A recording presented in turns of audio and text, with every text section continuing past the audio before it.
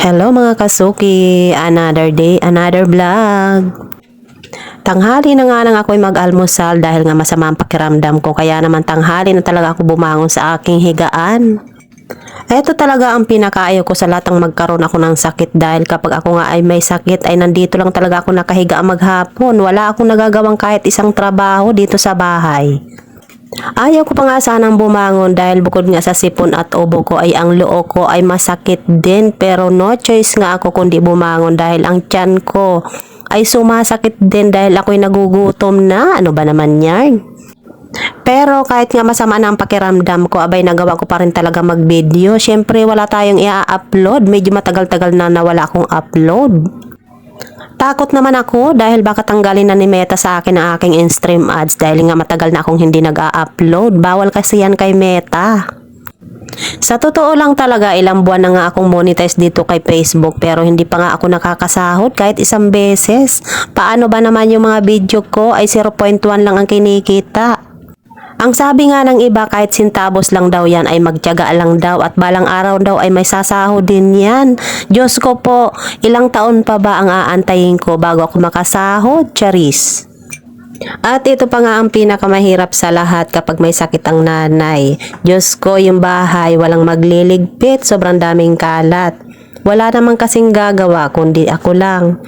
Kaya no choice ako kundi titigan na lang yung mga kalat dito sa lamesa at sa lababo ko. Kaya naman para hindi nga ako mangonsumisyon at pangayayat, ito idadaan ko na nga lang sa pagkain ang lahat. Hayaan ko na nga lang yung mga kalat na hugasin at ang dami kong labahin. Feeling ko nga kasi hindi ako gumagaling dahil nai-stress nga ako, lalo kapag nakikita ko yung sobrang dami ng labahin ko. Hindi ko alam kung paano ko pa ito umpisahan. Ang hirap naman kasi kapag pinalaba ko pa sa iba yung aking labahin, wala naman akong pambabayad. Ano ba yan, lahat na lang problema, Charis. At habang kumakain nga ako, abay tinaas ko pa talaga yung aking paa. Ako lang ba talaga yung ganito o ganito rin kayo? At yung kinakain ko nga pala ay tinapay. Pinalamanan ko yan ng pansit dahil merong pansit na natira dito. Puro tira-tira lang naman talaga itong kinakain ko. Kaya nga dampot ako ng dampot kasi nga naman naglalaglagan. At kahit nga masama na ang pakiramdam ko ay siyempre hindi pa rin nawawala sa akin ang kape dahil nga ako ay kape is life. Eto na talaga yung nakahilingan ko tuwing umaga pagising ko, dapat magkakape. Dahil kapag hindi nga ako nakapagkape ay feeling ko ay kulang yung araw ko, di ba? At hanggang dito na lang muna. Hanggang sa muli. Thank you for watching. Bye!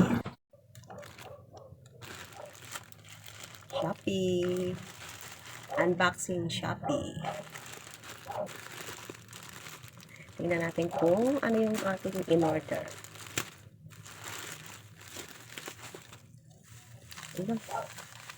Ayan, naka-bubble wrap pa. Hindi ko alam na ganito yun. Ay, bakit lotion? Hindi lotion yung in-order ko. Ano ba yan? Lotion dumating sa akin. Ayan, oh, lotion. Hindi ito yung in-order ko. Pero ito yung dumating sa akin. No choice. So, gagamitin ko na lang ito. Titignan natin kung mabango. Pero hindi itong in-order ko. Ang in-order ko kasi yung moisturizing. Pero ito yung dumating. Kainis naman. Tingnan natin kung ay.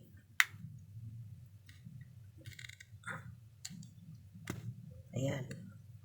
Medyo nai-ignorante pa. Tingnan natin kung mabango.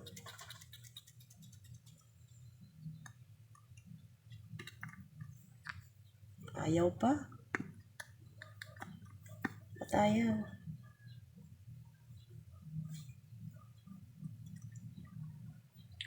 Ayan. Ay, ang bango. Tingnan ko kung maganda sa balat.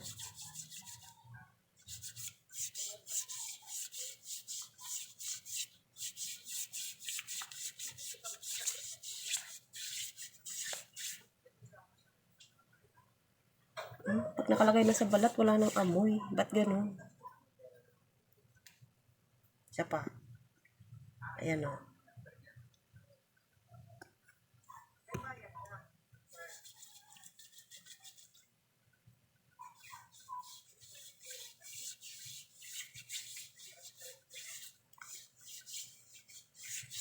Itong in-order ko eh. Kasi ang in-order ko moisturizing para sa mukha.